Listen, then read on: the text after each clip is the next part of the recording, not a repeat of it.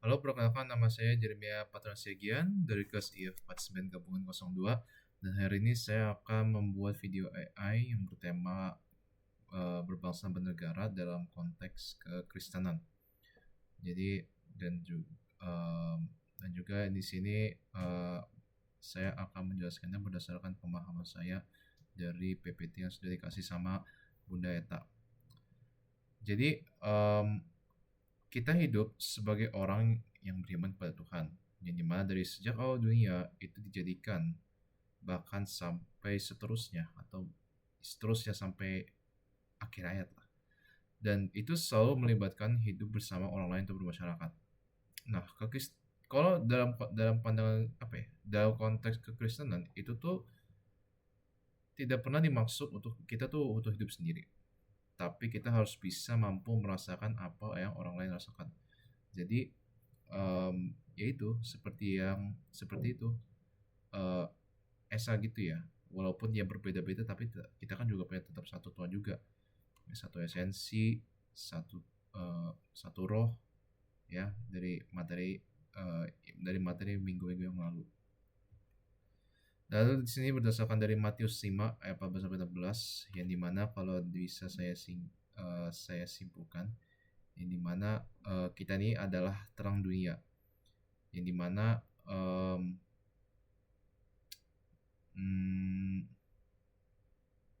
kita ini sebenarnya sebagai kayak patokan bagi orang lain gitu, yang dimana kita bercahaya di depan orang supaya supaya kayak orang lain tuh bisa lihat kita, perbuatan kita yang baik, dan memuliakan Bapak kita di surga ya. Nah, lalu mungkin saya akan coba menggunakan chat GPT ya. Chat GPT sebentar.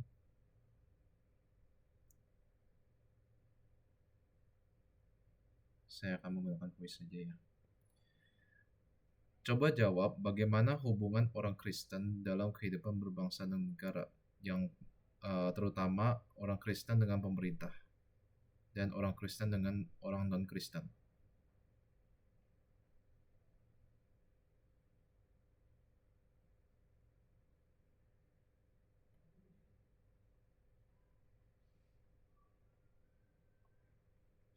Nah, sebentar ya. Oke, seperti ini jawabannya dari kelihatan nggak ya?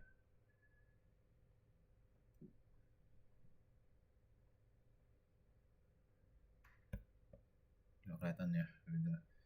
Oke, sini dari ChatGPT mereka tuh menjawab kalau di situ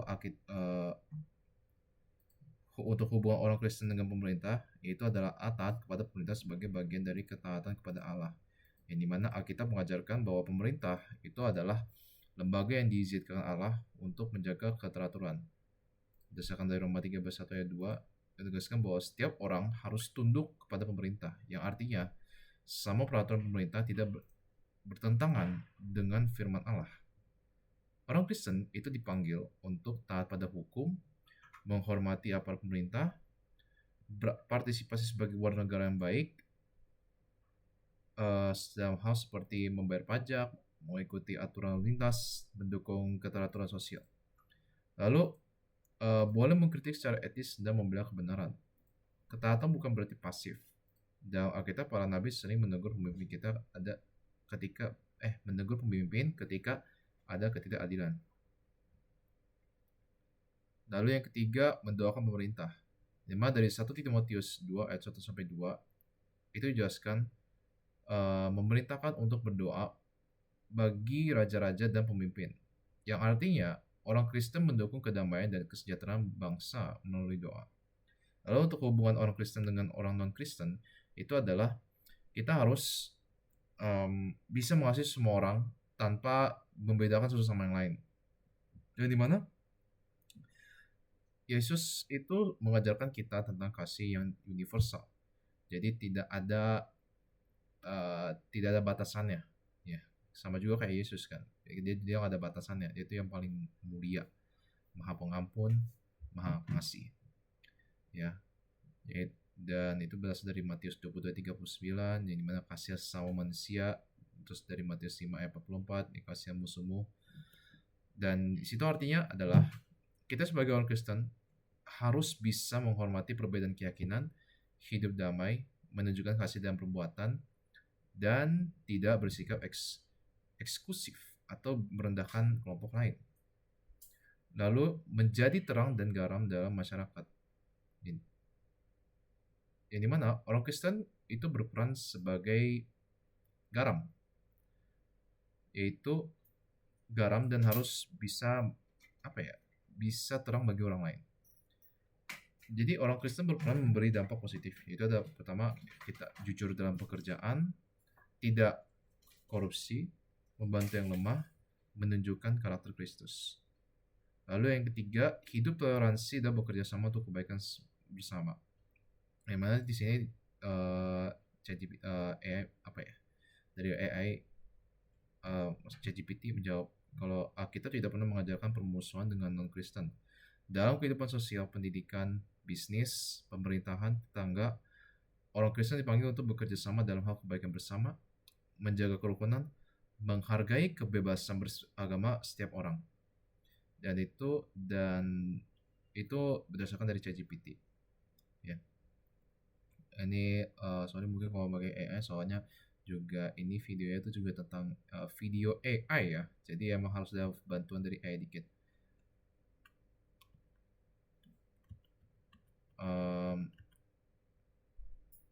Ya intinya ya kita kita tuh juga sebagai orang Kristen ya, namanya juga kita tinggal di Indonesia ya, yang dimana memiliki banyak ragam suku, agama, ras yang pasti itu kan kita kan bukan hanya Kristen aja di sini, ada Muslim, ada Hindu, ada Buddha, bahkan sampai ada Konghucu. Maka dari itu sikap kita nih kayak sebagai orang Kristen terhadap pemerintah yang sedang memimpin pada saat ini ya walaupun memang lagi ada banyak yang waktu kasus-kasus lalu yang ada demo atau banyak gitu ya sini emang ya kita sebagai orang Kristen tuh ya harus taat, kita harus kayak abide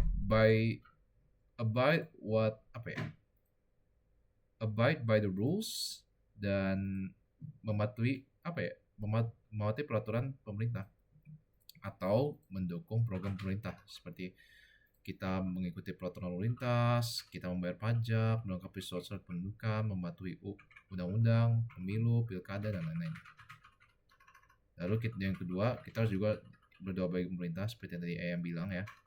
Lalu yang ketiga, kalau bisa memungkinkan, kita juga harus ikut serta di dalam pembuatan kebijakan. Ya, mungkin donasi membantu orang kesusahan gitu ya, atau memberikan sumbangan atau donasi kepada teman-teman kita yang ada di Sumatera gitu ya, yang sedang lagi ada kena musibah ya. Lalu yang keempat, kalau misalkan keputusan pemerintah pemerintah kita nih bertentangan langsung dengan firman Tuhan, maka kita sikap kita sebagai orang Kristen itu harus lebih taat kepada Tuhan daripada kepada manusia. Jadi intinya keempat ini, walaupun misalkan kita kita harus bisa menaati peraturan pemerintah yang ada, tapi kalau misalkan segala sesuatu keputusan tindakan yang dilakukan pemerintah itu bertentangan dengan firman Tuhan, ya bisa jadi kayak gak sesuai lah, maka sikap kita itu harus lebih taat kepada Tuhan kita, yang artinya mungkin kalau dari konteks bukan luar Kristen itu artinya itu kita harus lebih taat terhadap agama kita masing-masing, walaupun pemerintah kita mungkin bukan orang Kristen, bisa jadi ada Muslim atau apa gitu ya, kan beda-beda. Tapi buat sekarang kan ini kan pemerintahnya aku juga nggak tahu pasti sih dia Muslim atau Kristen, soalnya juga orang tua saya juga pernah bicara-bicara tentang presiden yang ada pada saat ini. Ya saya juga nggak tahu pasti juga sih. Tapi lebih utamanya dia Muslim ya. Lalu bagaimana sikap kita sebagai orang Kristen terhadap non Kristen? Oke, masih jalan ya. Ini saya cek biar videonya nggak berhenti. Sikap kita sebagai orang non Kristen itu kita harus hidup bersama dalam keberagaman seperti di Indonesia, yang dimana kita menempatkan orang Kristen dalam hubungan dengan berbagai agama, kepercayaan, suku, bangsa, dan budaya yang memerlukan sikap menghargai dan toleransi. Ya. Lalu di sini ada dari Roma 12 ayat 17-18 yang di sini ditulis, janganlah membahas kejahatan dengan kejahatan, lakukanlah apa yang baik bagi semua orang. Sedapat-dapatnya kalau hal itu bergantung padamu, hiduplah dalam perdamaian dengan semua orang. Iya, ini kata-kata ini ya, jangan membahas kejahatan dan kejahatan, itu selalu emang ada di benak pikiran saya ya, karena mungkin ini lebih ke spill dikit aja ya, karena aku dulu pernah ada masalah dengan salah satu temen. Sebenarnya sih mungkin temen sih iya, tapi emang kayak sikapnya itu tuh kayak bener-bener kayak sok pinter gitu ya. Dia emang pinter, dapetnya bagus ini, tapi itu emang kalau dari sikapnya itu tuh emang kayak berlebihan gitu buat orang pinter. Nah itu masalahnya yang yang jadi masalah utama kalau kita jadi orang pinter ya, terlalu over gitu ya. Dari situ dia emang selalu aku bisa bilang ini bukan konteksnya bullying ya, tapi lebih mungkin ke usil aja sih. Dan itu usilnya mungkin sudah, aku waktu itu pernah akan selesai sama dia, kita naik bis kita naik bis barengan. Dia waktu itu pernah usil sampai 2 atau 3 kali, dan emang situ aku emang udah kayak muak banget gitu ya.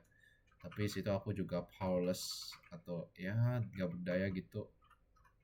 Kayak rasa dendam, bukan dendam sih, rasa ingin mengeluarkannya itu ya, membahasnya itu kayak kuat banget. Tapi situ aku juga tetap nahan, karena juga waktu kecil aku kayak ngerasa kayak aku tuh powerless, walaupun kayak badanku gede gitu ya, besar, tapi aku juga tetap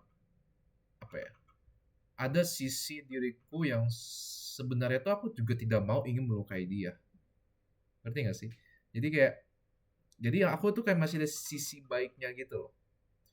Nah, tapi jadi kayak aku nih sedang kayak bertarung dengan diriku sendiri nih. Ada rasa dendam, ada yang rasa juga yang gak mau balas dendam juga. Ya. Sampai ada satu saat dia sampai, menurutku kayaknya aku bisa bilang kayak ini udah terlalu jauh banget ya, udah keterlaluan banget. Dia waktu itu pas kayak saya istirahat, biasanya kan kita kan kalau selesai les itu kan di depan tuh kan ada taman, terus kita bisa main bola lah, main apa gitu ya. Ada suatu saat di mana pokoknya si murid aku bisa bilang sih waktu itu kayak kita nggak terlalu dekat, tapi pokoknya si murid yang pintar ini tuh ya, itu tuh pernah ngelempar batu ke saya, sorry ya, ke aku aja bahasanya lebih enak. Jadi karena aku udah ngerasa kayak ini mah udah di luar batas gitu ya, dan aku udah keluar emosi, ku balas, bener, literally aku balas, tapi lebih ekstrim lagi. Aku pakai batu besar. Waktu itu dia cuma pakai batu kecil, tapi aku pakai batu besar. Dan ya, kepala dia berdarah. Ya, aku tahu. Gitu emang aku sadar kayak apa yang sudah kulakukan gitu. Tapi emang biasa ya, karena guru lesku juga waktu itu emang ya membela-bela dikit ya. Aku juga karena si guru itu juga paham juga gitu kalau aku tuh sebenarnya tuh kayak anak baik gitu, kayak gak pernah kayak bandel-bandel gitu ya. Dan situ, nah kejadian itu ya udah, se- em, menurutku kayak situasinya bisa situasinya tuh masih bisa terandalkan lah. Tapi dari segi event itu aja, dari segi kejadian itu aja, itu aku udah kayak merasa kayak apa yang sudah aku lakukan, kayak what what did I do, itu bukan salah satu yang harus kulakukan gitu. Maksudku kalau mau balas itu tuh ya mungkin kalau misalkan yang udah muak banget mungkin kayak pos banget gitu ya, mampus kayak gitu pada. Tapi kalau buat aku sama pembelajaran dari matkul agama ini ya, agama Kristen ini ya, dari minggu 1 sampai minggu 12 itu membuat aku memahami kalau iya kita harus hidup damai ya. Dan juga walaupun kita masih ada banyak dendam-dendam pribadi kita yang mungkin tidak bisa kita lepaskan ya, em, itu sih tergantung dari diri kita sendiri juga ya, mau kita let go atau mau kita tetap pendamkan. Kalau misalnya kita tetap mendamkan, maka kita tidak bisa move on. Ya, kita nggak bisa move on, kita bakal jebak di dalam masa lalu terus menerus dan ya akhirnya kita tenggelam dan hancur. Jadi makanya di situ emang disitulah kenapa apa ya, di setiap di setiap Zoom meeting atau di setiap kelas Bunda Eta itu tuh kalau Bunda Eta selalu mengatakan kalau kalau misalnya kayak ada masalah pribadi mungkin dalam intern atau dalam dalam ataupun luar itu dia Bunda Eta selalu um, bilang ke kita kalau hubungi aja sama Bunda Eta. Nah itulah kenapa alasan Bunda Eta ingin jadi konseling. Oke lanjut, sabar ya. Nah, saya ada contoh kebenaran firman Tuhan yang tidak boleh kita kompromikan, yaitu um, seperti Yohanes 14 ayat 6 mengatakan, kata Yesus kepadanya, akulah jalan dan kebenaran dan hidup. Tidak ada seorang pun yang datang kepada Bapa kalau tidak melalui aku. Lalu sini ada, bentar ya, Kisah Para Rasul 4 ayat 12 ini mana, dan keselamatan tidak ada di dalam siapapun juga selain di dalam Dia. Sebab di bawah kolong langit ini tidak ada nama lain yang diberikan pada manusia yang olehnya kita dapat selamat. Oke, sekarang tentang kekristenan radikalisme. Jadi radikalisme itu berasal dari kata radikal yang artinya itu adalah akar atau pondasi. Jadi radikalisme itu adalah kepercayaan atau tindakan sekelompok orang yang mengupayakan perubahan sosial atau politik secara menyeluruh. Ini seperti kayak udah pernah dijelasin kayaknya di minggu, aku lupa pokoknya ingat minggu 1 ya, tentang radikal ini ya, radikal. Oke, mungkin aku jelasin dikit aja lah mungkin. Jadi radikalisme ini dekat dengan pandangan politik atau agama tertentu. Dan itu juga bisa dikaitkan dengan tindakan yang ekstrim, bahkan bisa menghalalkan segala cara. Ya jadi kayak intinya tuh kayak kalian tuh bikin suatu kelompok tertentu dengan kepercayaan masing-masing. Bisa banyak kan, itu bisa banyak-banyak tuh beda-beda. Tapi secara pengertian dasar, semua orang Kristen harus radikal atau teguh dan tidak tergoyahkan dalam iman mereka. Tetapi ketika kita melakukannya dalam praktik iman kita, itu harus selalu mengedepankan kasih. Nah, iman kekristenan itu tidak pernah membenarkan tindakan kekerasan atas nama suku, agama, ras, atau antar golongan. Dan ketika kita mengalami aniaya dan seseorang radikalisme dari pihak lain, maka respon kita sebagai orang Kristen itu adalah harus mengampuni. Ya mungkin emang kebanyakan mungkin kita harus forgiving ya, karena emang salah satunya cuma gitu aja guys. Karena gini, kalian ujung-ujungnya kalau misalkan apa ya, you fight fire with fire, udah That's it. Gak bakal berakhir. Itu gak bakal berakhir. Makanya kita harus balas api dengan apa? Dengan air. Yang dimana artinya dengan air ini adalah mengampuni. Kita harus bisa mengampuni dia. Walaupun mungkin kita tidak ada kesalahan besar sama dia ya. Tapi ya kita ampuni. Karena jujur, kalau kalian bisa apa ya, bisa mengampuni orang lain, aku rasa kayak kalian ada di jalan yang benar. Dan itu mungkin sekian video saja dari saya. Terima kasih.